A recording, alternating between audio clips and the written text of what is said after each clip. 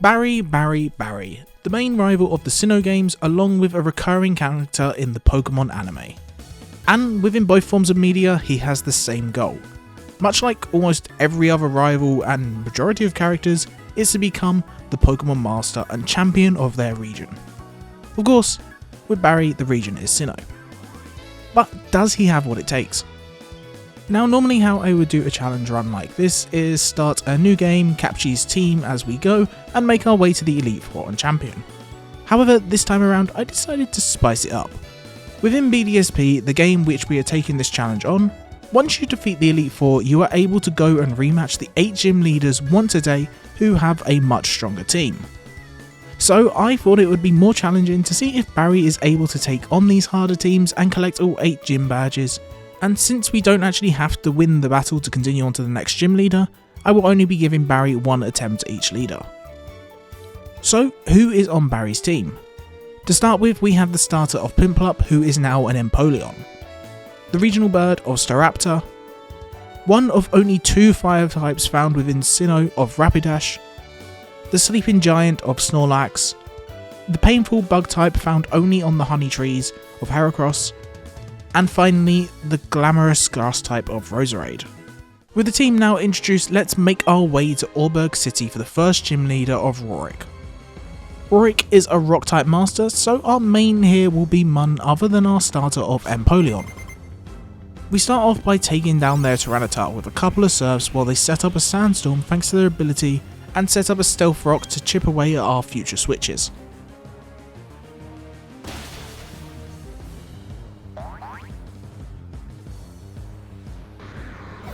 Next out comes Armludu, who we hit a metal claw bringing them down to below half, but thanks to a citrus berry they are brought right back up. Getting hit by an earthquake in return deals over half of Empoleon's health. Luckily enough though, we are able to finish Armludu off with another metal claw, before an incoming earthquake would have taken us out. Probopass is next up, who goes down to 2 serves without Empoleon taking any damage thanks to a perfectly timed shout.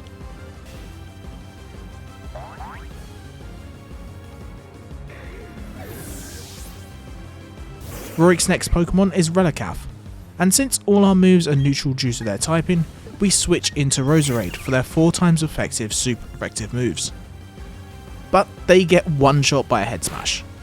So instead we get a free switch into Staraptor, who should hopefully get the KO with a close combat. It brings them down to red, and it's not enough as another head smash finishes off Staraptor.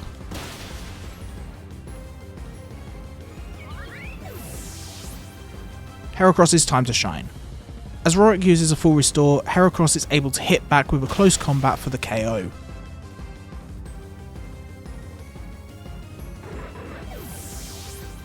Next out is Aerodactyl, and unfortunately the outspeed hit a crit Stone Edge for the knockout on Heracross. To take revenge, Empoleon comes back out onto the field, and knocks Aerodactyl out of the sky with a surf. Now for Roark's final Pokemon of Rampardos, and once more Empoleon makes short work of them, with yet another surf. Roark is defeated and the first badge of the Coal badge is ours. Empoleon was definitely the MVP of the battle, and although they are a fair bit higher than Roark's team, the level benefit doesn't actually make as much difference as you think it would, but we'll see that later. Onwards to Entrana City for the second gym. We start the battle against Gardenia with a Rapidash in the lead, coming face to face with a Jumpluff. Unfortunately, Jumpluff does outspeed, but it does work out to our advantage as they set up a Sunny Day, boosting all our incoming fire attacks by 50%, which then in turn allows our Flame Wheel to one-shot Jumpluff, where without the Sunny Day I don't know if it would have done, but the Sunny Day is a benefit to us nonetheless. Torterra is out next, threatening a KO on Rapidash with an Earthquake. However, the threat is not for long, as a Flare Blitz one-shots them, although unfortunately it does do a fair amount of recall damage in return. Next out is Breloom, and it becomes a substitute battle, until they are low enough that they can no longer use the substitute. They go for a Leech Seed only to be finished off by a Flame Wheel.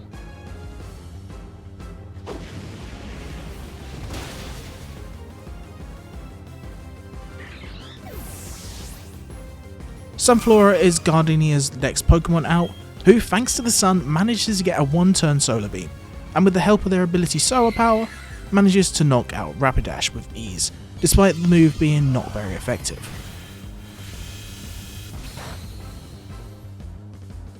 To take our revenge, we bring in Staraptor, who is swift enough to take out Sunflora with a single Aerial Ace, before they have another chance to set off a Solar Beam. Gardenia's penultimate Pokemon is Cherim, who manages to hold on after an Aerial Ace hits them thanks to their Focus Slash, allowing them to set up a growth, boosting their attack and special attack. However, it's already too late, as another Aerial Ace hits them next turn, knocking them out since their Sash has already been used up. Finally, Roserade, who does manage to outspeed and set up a grassy terrain, but it doesn't stop the incoming Aerial Ace, which does indeed crit and knock them out for the count. Gardenia is defeated, our second gym badge of the Forest badge is ours, onwards to Veilstone. Veilstone City, home of the fighting type master Maylene, and where our third badge resides. The battle starts off with Staraptor versus Hitmontop, who both use their ability of Intimidate and weakening each other's attack by one stage. This prevents our Aerial Ace from one-shotting Hitmontop, but the same goes for their return attack of Stone Edge. We are able to finish off Hitmontop next turn though with another Aerial Ace.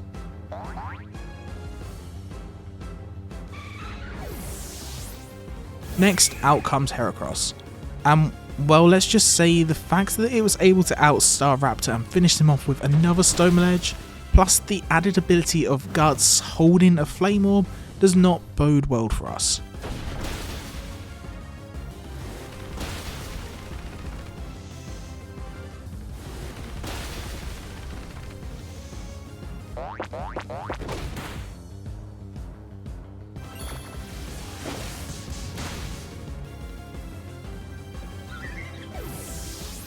And with that, we lose the battle. The third badge is lost and we no longer have a flawless run. But that doesn't mean we can't tackle the other leaders. We may at least be one badge short for the Elite Four, but we can still see how close we would have gotten. Onwards to Pastora for Crasher Wake, the water type master. Our main lead here is Roserade, with our super effective damage, and the first Pokemon we are up against is a Politoed, who sets up the rain with their ability of Drizzle.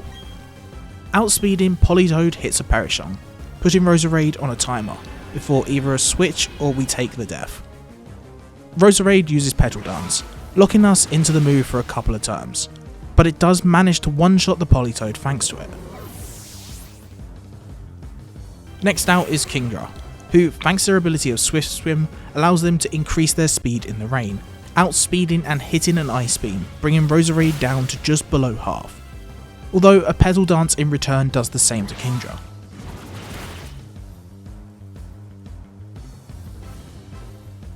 Unfortunately, still being locked into the Petal Dance, we fall to another Ice Beam.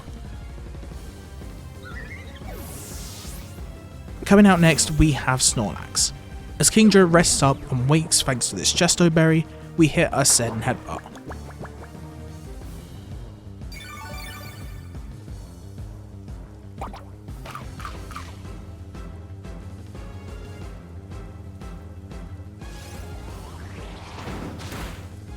We then proceed to exchange whatever move they throw at us for Zen Headbutts, until they rest again. This time we take advantage of the sleep turns.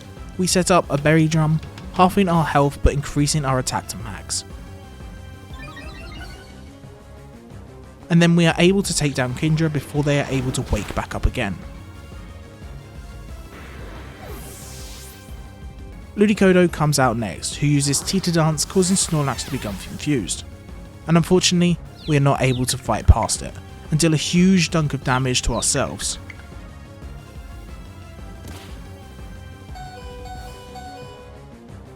Causing us to fall to a Hydro Pump next turn. We bring out Heracross next, and it becomes a substitute battle once again, with Ludicolo coming out on top.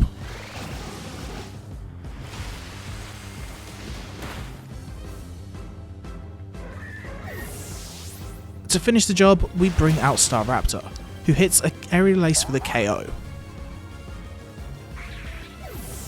Next out is Gyarados, who sets up a Dragon Dance as we deal a fair amount of damage with Brave Bird. Unfortunately, it's not enough, as thanks to their boosted stats, plus the held item of a Life Orb, Gyarados takes out Staraptor with a Stone Edge. To clean up, we bring out Empoleon, who barely hangs on after an incoming Earthquake, but a Drill Peck ends up picking up the KO. Huntail is next onto the field.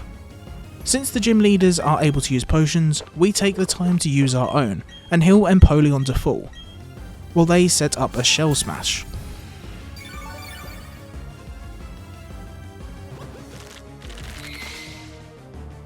A Crit Crunch brings us down to yellow, while a Drill Peck brings them to red. Somehow surviving another crunch on 2 HP, we pick up the KO with another Drill Peck once more.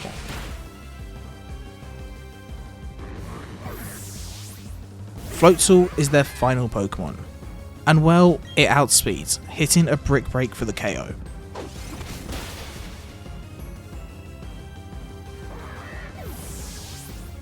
And unfortunately, our last Pokemon is Rapidash, so you can guess how that went. Our 4th badge, well, is a failure. Once again, we lost another gym battle, despite how close this one was. We are currently 2 out of 4, but all is not lost yet. Onwards to Hearthome. Hearthome, the home of Pokemon contests and fashion, and I guess there is a gym here too, of the Ghost type. The leader is none other than Fantina, and the battle starts with their Drifbloom versus Empoleon.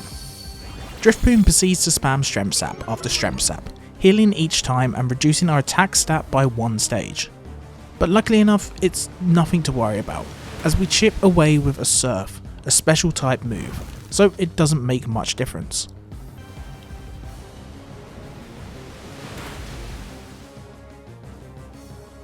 With Drifbloom down, we are faced next with Dusknoir. We start off by hitting a Surf as we avoid an incoming Confuse Ray.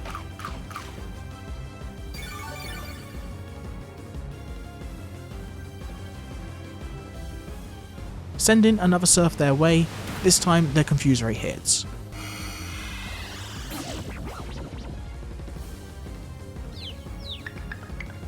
Not a great next turn, as we both hit ourselves in confusion and get burnt by an incoming Will-O-Wisp.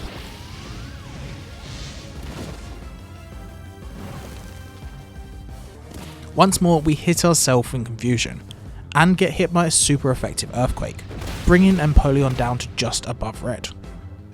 Luckily enough, next turn we snap out of confusion, hitting a Surf and take down Dusknoir. We also cure the burn thanks to the friendship mechanic of BDSP. Out next is Mismagius. Outspeeding, they hit a Shadow Ball, which would have knocked out Empoleon if not for the friendship mechanic once more, allowing us to hang on with just 1 HP. And in return we hit a crit Surf, knocking out Mismagius.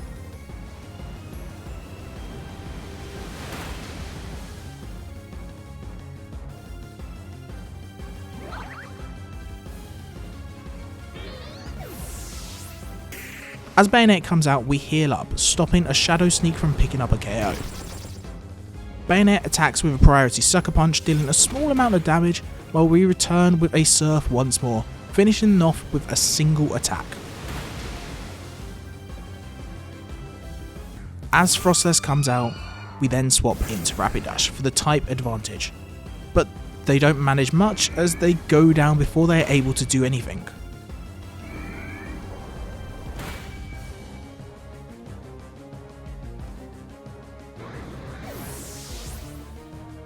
So, to take their place, we bring in Snorlax. Despite getting burnt from a Will-O-Wisp, we are able to take down Frostlass with a couple of heavy slams.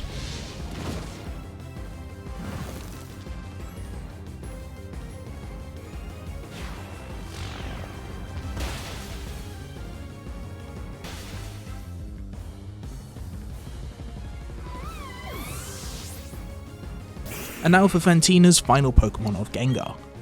We're able to get off a fair amount of damage, causing a heal, but unfortunately Snorlax is not able to survive long enough to finish the fight. But they do bring Gengar down to half, and from there Staraptor is able to swoop in to finish the job with a Brave Bird. Fantina is defeated. The 5th badge of the Relic badge is ours. 3 out of 5 are now ours.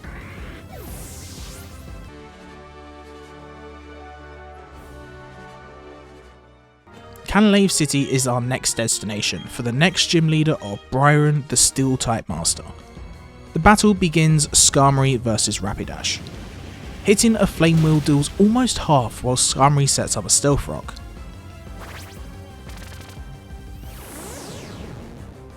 Another Flame Wheel chips away a little bit more of their health, while a Steel Ring does the same to us. Switching it up, a Flare Blitz finishes off Skarmory, though we do take some recall damage in return.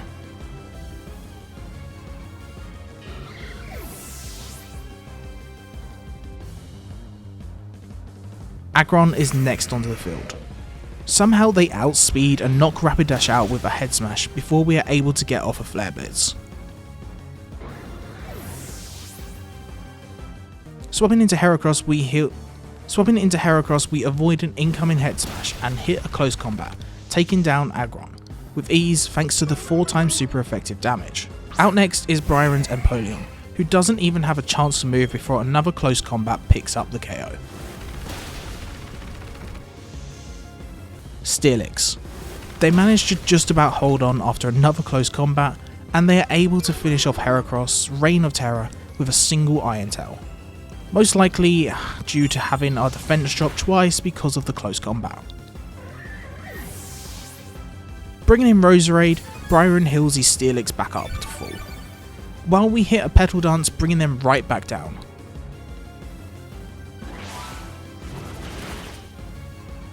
Another heal from Byron, but this time our Petal Dance picks up the KO, and Steelix is down for the count.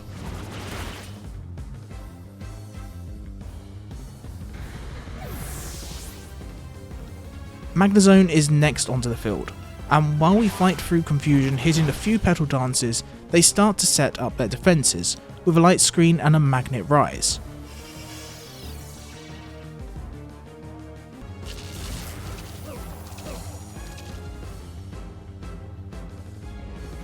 Roserade gets in one final Petal Dance and a Mega Drain, bringing Magnezone down to red before succumbing to a couple of Flash Cannons.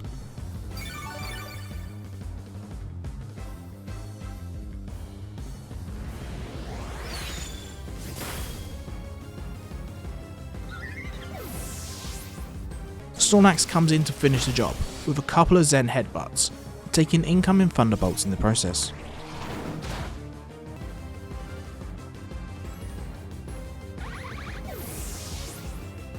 Now for Byron's final Pokemon of Bastiodon. Snorlax gets off a heavy slam, breaking Bastiodon's ability of Sturdy before getting swapped out to Staraptor with an incoming Roar. This however secures our victory, as no longer having to worry about Sturdy, a 4x super effective close combat takes down Bastiodon. Gym 6, Byron the Steel type master is defeated and the Mine badge is now ours.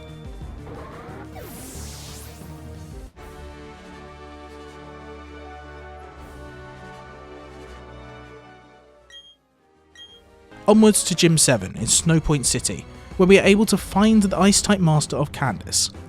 Starting off the battle, Rapidash faces against Abomasnow, who sets up the hell with their ability of Snow Warning. Although they are not out for long, as a 4x super effective Flame Wheel finishes them off with a single hit.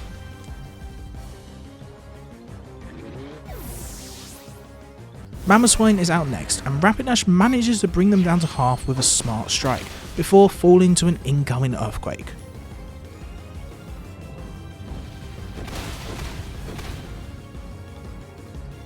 Bringing in Snorlax, we tank an Earthquake before dealing a fair amount of damage with Heavy Slam.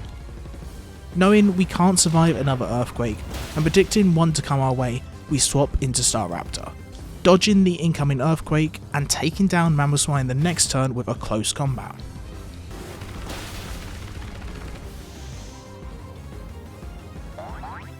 Candice's next Pokemon is Jinx. To avoid going down to an ice move, we swap into Empoleon, getting hit by a not very effective Blizzard. Outspeeding, Jinx hits a Sweet Kiss, confusing Empoleon. Luckily, we fight through it and we're able to bring them down to 1 HP, breaking their Focus Sash with a Metal Claw.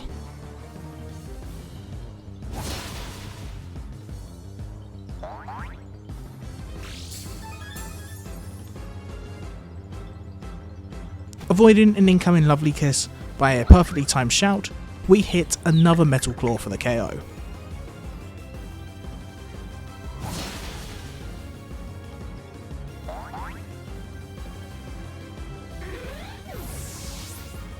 The hail then stops, and just in time as out next is Frostlass, stopping their ability of Snow Cloak from being active, which raises their evasion by 1 stage, making them a pain to hit. Frostlass outspeeds, hitting a Snowball, bringing Empoleon down to just below half. Fighting through our confusion once more, we hit another Metal Claw, almost picking up the KO. Frostlass eats a Citrus Berry, bringing them back into yellow. Another Shadow Ball comes our way and Empoleon standing strong fights past confusion for the 4th time in a row, hitting a Metal Claw, finishing off Frostlass.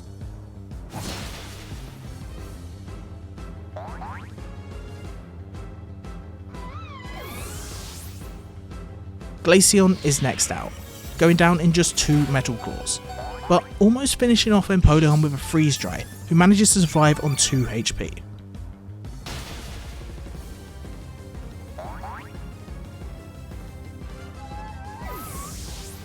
Now it's time for their last Pokemon of Weavile. They outspeed, hit an Ice Shard, yet thanks to the friendship mechanic, Empoleon stands strong on 1 HP, and returns fire with a Metal Claw for the KO. Weavile is down and out for the count. Candice has been defeated, the 7th badge of the Icicle badge is now ours, and we've only got 1 gym battle left. Sunyshore City, home of the final gym, run by none other than Volkner, the electric type master. The battle begins Pelipper vs Snorlax, and thanks to Pelipper's ability of Drizzle, the rain is set up, which will cause Thunder to hit 100% of the time, which almost all of Volkner's team know.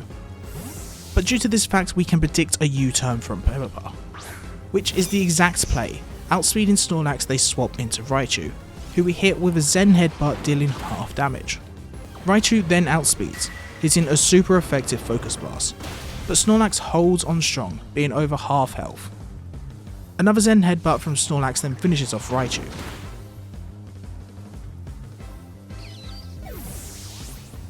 Pelipper comes out once more, and this time goes for a Hydro Pump, but they miss, letting us get off a free Zen Headbutt, dealing almost half. Pelipper's next Hydro Pump does bring Snorlax into red, but we take advantage of this by predicting that and hitting a Flail, bringing us down to red as well. Another Hydro Pump from Pelipper then finishes off Snorlax, but we are able to send out Staraptor to hit an Aerial Ace for the KO.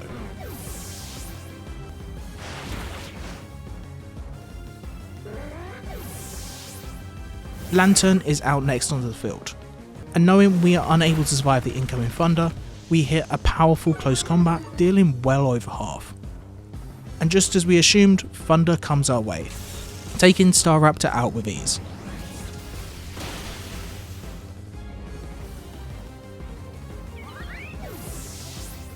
Although the rain does stop this turn. To finish Lantern, we bring in Heracross, who does the job with a Mega Horn. Luxray is next out, and while seeing that they know Play Rough, a super effective move against Heracross, we make a risky play, bringing in Empoleon to take the hit and hope it's not an electric move. Our bold play plays off. Luxray then hits us with a Volt Switch, doing way less damage than I expected, swapping into Jolteon.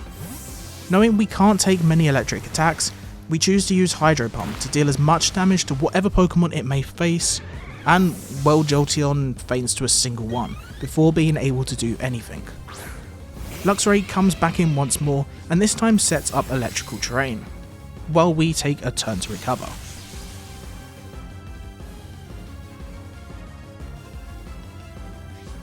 Another Volt Switch then comes Empoleon's way, and they just manage to cling on to life.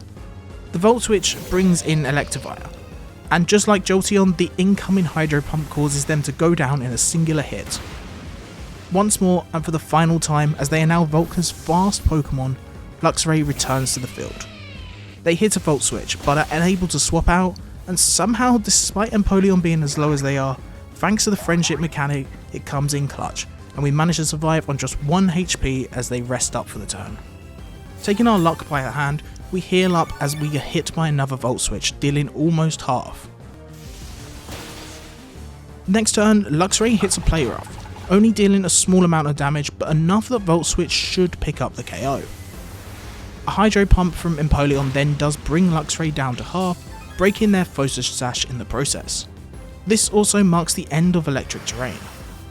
Volkner then uses a full restore while we have to take a turn to rest.